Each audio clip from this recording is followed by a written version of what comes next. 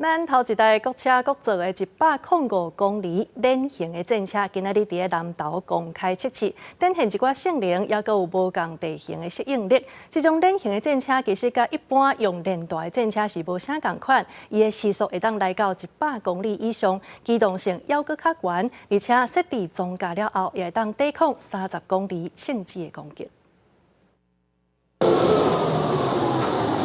赛车进倾向大动，毋但展现制动能力，也是测试战车的操控性。除了速度能力，战车稳定性也真关键。伫坎坎坷坷的车路顶头走，炮塔透过双条稳定系统，也是会当维持伫个平放姿态。规台车驶起来真稳，面对大角度爬行30档的战车，同款会当应付。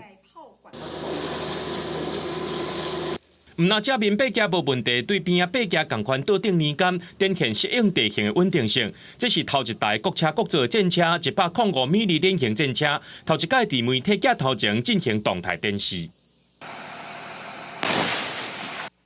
目标刷顶动链型战车也伫咧走，同款会当精准击到。除了车辆稳定性、攻击和防护能力也真重要。副驾装甲后，战车正面会当挡30米里长架弹的攻击。烟雾弹发射器是采用环式蜡管，和传统的防锈式无同款，有加强脱离战场的能力。